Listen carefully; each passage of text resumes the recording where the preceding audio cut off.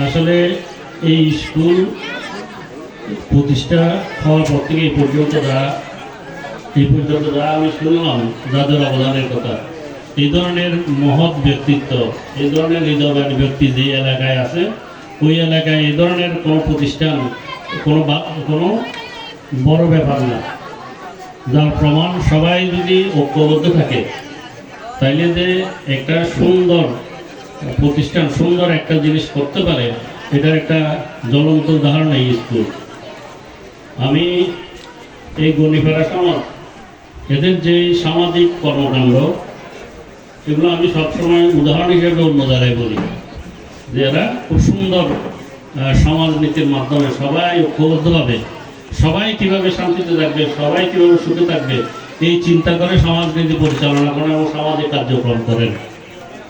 সুতরাং আমি আশা করি আমার একটা বিশ্বাস, আত্মবিশ্বাস, এই ধরনের এলাকায় এই ধরনের প্রতিষ্ঠান কোনো বড় ব্যাপার না, এবং যার প্রমাণ এটা, এবং ভবিষ্যতে এই প্রতিষ্ঠান আরও উত্তরোত্তর সমৃদ্ধ হবে। এবং এই স্কুলেই একদিন, এখান থেকে একদিন আমাদের রাষ্ট্র পরিচালনায়, রাষ্ট্রীয় কাজে, কর্মকাণ্ডে অনেক ছাত্রছাত্রী অংশগ্রহণ করবে বলে আশা করি। আমি এত সুন্দর সাংস্কৃতিক অনুষ্ঠানের আয়োজন, আমরা যদিও 2-3টা পর্ব দেখেছি, 2-3টা প্রোগ্রাম দেখেছি, বা এগুলো দেখার সৌভাগ্য হয় নাই। এবং এই যে এত সুন্দর করে, এত ছোট্ট একটা পরিসরে এত সুন্দর আয়োজন, এটা আসলে প্রশংসার দাবি রাখে। আমি সবাইকে, যারা সংশ্লিষ্ট সবাইকে, এবং যারা প্রতিযোগিতা করেছে ছাত্রছাত্রীরা, সবাইকে আমি অভিনন্দন জানাচ্ছি। এবং এই সাথে সাথে এই কার্যক্রমের সাথে লেখাপড়াও আরও উত্তরোত্তর বৃদ্ধি হবে, লেখাপড়ার মান বৃদ্ধি পাবে এই আশা করতেছি।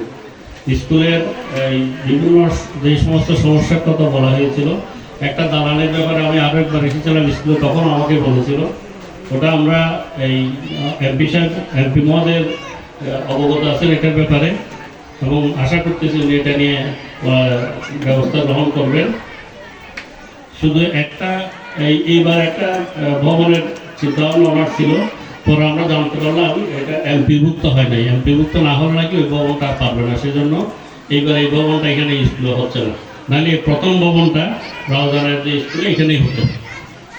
তা আশা করতেছি এই কাজগুলো, যেগুলা প্রাতিষ্ঠানিক যে অনুমোদনের ব্যাপারগুলো আছে, এগুলো অবশ্যই আস্তে আস্তে ধাপে ধাপে আপনারা করে ফেলতে পারবেন। এবং আমাদের এমপি সাহেবের পক্ষ থেকে কিংবা আমাদের পক্ষ থেকে যে কোনো ধরনের যে কোনো সহযোগিতা আমরা ইনশাআল্লাহ করে যাব। আপনাদের এখানে এই যে পাশাপাশি স্কুলের সহযোগিতা, এই যে আমাদের হারুন সাহেব যেটা বললেন, এটা একটা সচরাচর এগুলো দেখা যায় না। সচরাচর দেখা যায় কীভাবে আরেকটা স্কুল কীভাবে করতে পারবে না, আমার পাশে আরেকটা স্কুল কীভাবে উঠতে পারবে না, এই ধরনের একটা চিন্তাভাবনা, মানসিকতা কাজ করে। বাট হারুন সাহেব যেভাবে আপনাদেরকে সহযোগিতা করতেছেন, আশা করতেছি ইনশাআল্লাহ আপনাদের সকল সমস্যার সমাধান হবে।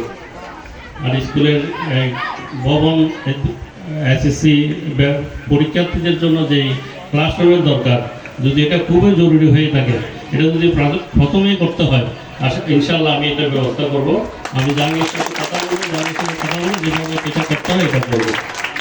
ছাত্রছাত্রীদের কাছে অনুরোধ থাকবে, তোমরা ভালো করে পড়ালেখা করবা, এবং এই স্কুল থেকে পড়ালেখা করে যে ভবিষ্যতে যখন বলতে পারবো, তখন যাতে গর্ব করে বলতে পারবো আমরা স্কুলের শিক্ষক ছাত্র ছিলাম।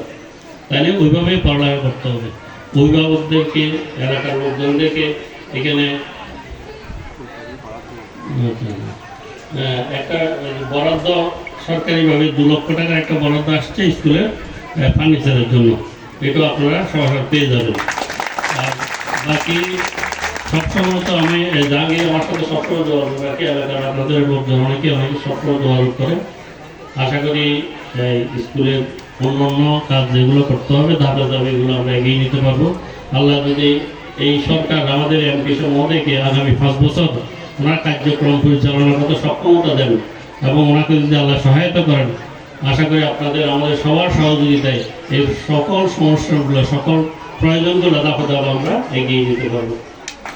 আমি এই অত্র এলাকার সবাইকে যারা এই স্কুলের প্রতিষ্ঠায় এই স্কুলের সাথে এবং এই কল্যাণমূলক কাজের সাথে যারা সক্রিয় আছেন, যারা ছিলেন, সবার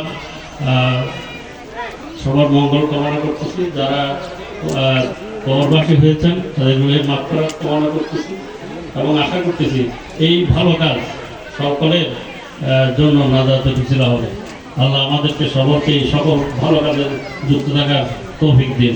আসসালামু আলাইকুম ওয়া রাহমাতুল্লাহি ওয়া বারাকাতুহু।